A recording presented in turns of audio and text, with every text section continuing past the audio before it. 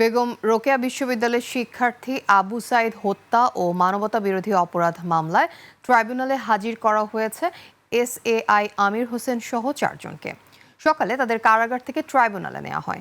এদিন আরও হাজির করা হয় কনস্টেবল সুজন চন্দ্র রায়, ছাত্রলীগ নেতা শফিকুল ইসলাম ও ইমরান হোসেনকে।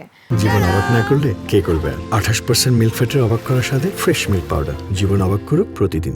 বিচারপতি গোলাম মর্তুজা মজুমদারের নেতৃত্বে 3 সদস্যের ট্রাইব্যুনালে শুনানি হবে। এছাড়া গাজীপুরে কলেজ ছাত্র হৃদয় হত্যা মামলায় কোনাবাড়ী থানার সাবেক ভারপ্রাপ্ত কর্মকর্তা KM আশরাফুদ্দিন সহ 4 পুলিশ কনস্টেবলকে ট্রাইব্যুনালে হাজির করা হয়েছে।